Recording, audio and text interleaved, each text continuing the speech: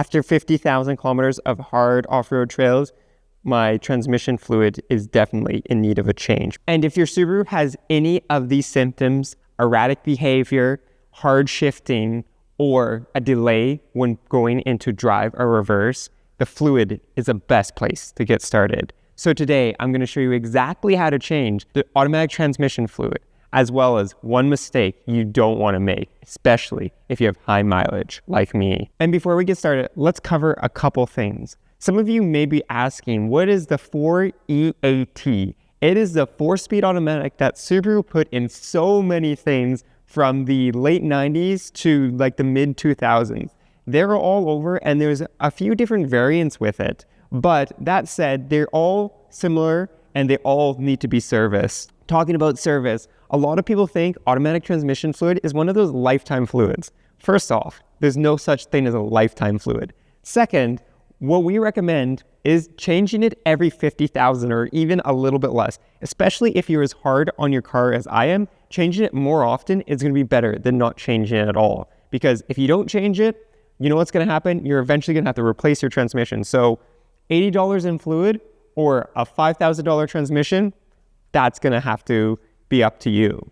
And changing the transmission fluid is just like any other oil change. And honestly, if you're like me, it might be even easier. Because we have the lifted Subaru here, I don't even need to go ahead and lift it up. I can slide under there, slide my bucket under there and drain it, no problem.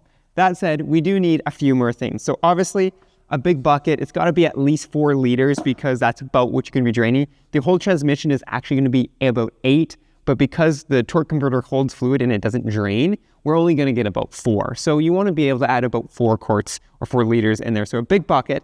And then you're going to need a long funnel because you'll see later, it is very tricky to get to it. And I want to point out one thing that happens that a lot of people do that is actually pretty dangerous if you do it because you will blow up your transmission right away. So we'll be mindful of that. And then all you need is a ratchet with a single 17 mil and some fluid. So people like to use different fluids. I personally, for automatic transmission fluid, go with the Subaru stuff. It is pretty much the same as anything else. And while it's Subaru branded, it's good to go. You know it will be good for this car. Transmission fluid, there's so many different specifications that just sticking with the OEM one is, well, the best option. And as I said, just as affordable as everything else, especially if you know your Subaru dealership really well. And with that said, we can go under the car and start getting to work. And when you're under here, you might notice things are going to look a little different because I got this really hefty 1/4-inch aluminum skid plate on my car, but your transmission is going to be right here. Pretty obvious. You'll see your engine oil pan, and then you see your transmission is a lot smaller. You're going to go on the driver's side, and this is where your drain plug is going to be. This is where we're going to go ahead, get our 17, pop it open, and drain out as much fluid as we can. And with it drained, you can go ahead, wipe off the plug, and we'll take off your old crush washer. Some people like to reuse them. I like it's cheap insurance.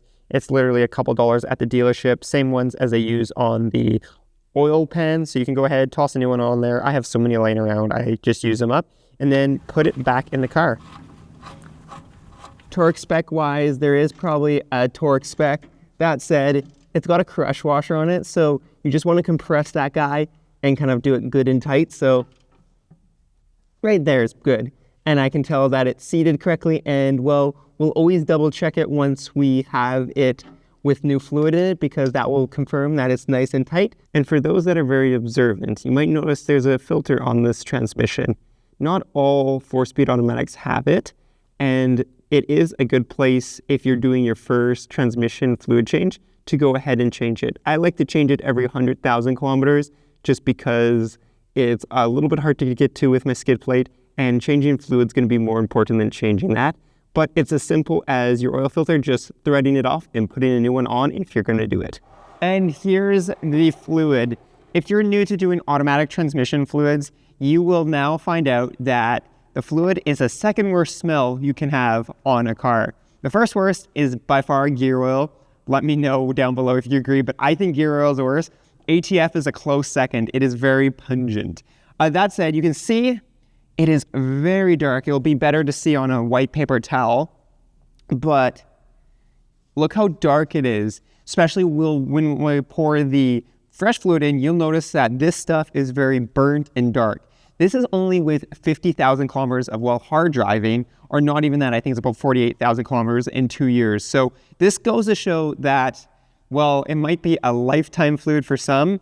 Highly wouldn't do that if you do want to drive your car a lot longer than what the warranty covers. So there's what we're looking at for fluid. So let's go ahead and now jump up top and put the fluid in. And now that we got that nasty old fluid out, it's time to go ahead and put the new stuff in. Now, this is one place you want to be very careful. So first of all, you're going to need your long funnel. We're just going to put this here for now because I want to point out something that has happened before to other people. And I've even heard it happening at dealerships, which is completely unacceptable, but that's for another discussion. So on these 4-speed automatics, they also have the differential or the front diff. What you're going to notice is you're going to have a dipstick on this side and you're going to have a dipstick on that side. You're going to want to come to your driver's side. Then you're going to reach down, straight down here, and you're going to notice a tube that kind of goes out and down. That is going to be the one where you go ahead and pull your dipstick out of. You're going to notice the dipstick is going to actually say ATF. So one thing, you're also going to know that your fluid is red. If you're somehow on that side, maybe a Japanese car, and you check on that side, and you notice your fluid first smells really bad, and it's more of a kind of golden color, that is going to be your front differential. Go back, watch this video again, and listen to what I said, and make sure you're pulling your ATF out, because as I said, I've heard of people filling and putting ATF into the front differential, which is bad for the transmission because you have no fluid, and bad for the front differential. But with the dipstick out, this is where we're going to fill it. You're going to want to take your funnel and snake it all the way down into that dipstick there. And then we can go ahead and start filling. As I said, look at your bucket and see it should take about 3.5, 4 liters. So we're going to add exactly that. And then we get the fun method of trying to figure out how to check our levels, because unfortunately it is not easy on these. And now that we got exactly the same as we took out, we are pretty much done changing the fluid. But here's a caveat. We've only replaced essentially about 40 to 50% of the fluid in the transmission. Because that torque converter holds another 4 liters, we haven't been able to change it all. And that's where, especially if this is your first time doing it in 100,000, 200,000, 150, I would recommend going ahead, driving it around, and then doing the process again so that you get at least most of the old fluid out. If you do it 3 times, you pretty much change all the fluid you can. And that brings an important topic, because a lot of people think you could go ahead and we'll plug these into a fluid transmission flushing machine and do it that way. Don't. Especially if you're like me with a higher amount of kilometers, even 100,000 kilometers on a 4-speed auto, especially they're going to be a little bit older. If you start doing that, you're going to dislodge stuff. And there's always conversations on the internet about this, but I'm a strong believer that if you're going to do a power flush, especially on an older transmission, you're going to have issues. So my high recommendation is doing this, changing the fluid a couple times and making sure that you have fresh fluid in there rather than doing a power flush and causing huge issues, because as I said, it dislodges something and then all of a sudden you have way more issues than you did when you just went ahead and drained and filled it a couple times. And as I mentioned, if you have that filter, you haven't changed that filter, change that filter and you'll be good for another 400,000 kilometers, even if you're driving like me. With our fluid change, we can go ahead and, well, check the levels. This is where it gets a little bit tricky. These 4-speed automatics are known to be a little bit of a pain to figure out your levels. You do have what's hot and cold measurements on here. They're not very accurate, especially since we fill down the dipstick tube. Essentially, you're going to have so much fluid there that it's going to be a little bit of pain. But it's always good to check, make sure you have fluid in there. So you can go ahead, toss this guy in here.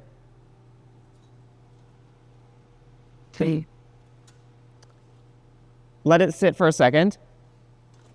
And then pull it out and see where you're looking on the cold level.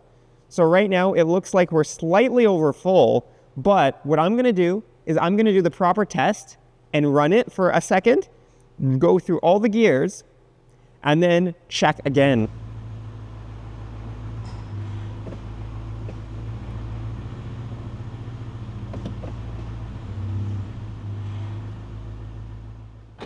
And you can tell just from that, it shifts way smoother. So we're gonna go ahead, check our fluid here one more time and see how we are looking. That is looking pretty good. We're a little bit high on the hot side, but as I said, that dipstick is going to be a little bit of a pain for a while until it really starts to go around. So what I recommend is, as long as you got fluid in there and you're kind of in range, is go ahead, first get your dipstick in here, like I'm having issues, there we go. And then go for a drive, check it, go for a little bit of longer drive, and then check it. You might have to top it up, you might have, hopefully not too much, but you can go ahead and check it a couple times, and then you can feel confident that your fluid is finally changed, and you won't have to worry about those really slow shifts. Like I noticed a change right there, as well as that shudder and hard shifting on the highway. And with that being said, the Forester is ready for, well, a summer full of adventures. And I hope this helped you guys get ready for your adventures as well. Let me know down below what you thought about your fluid. Was your fluid as bad as mine? Or maybe you're not pushing it as hard so you don't have that nasty brown fluid. But I'll probably be changing this or doing another fluid change here in another probably 6 months, just so I keep that fluid changed as fresh as possible and, well, keep it ready for our adventures. Also, while you're down there, let me know what you think of our new spot here we're filming. We're finally in our official shop. If you haven't, go check that video out. It was a huge move for the channel and, well, flat 4 off-road. And speaking of flat 4 off-road, definitely check us out for all your adventure Subaru needs. And, well, I'll be seeing you guys on the next adventure.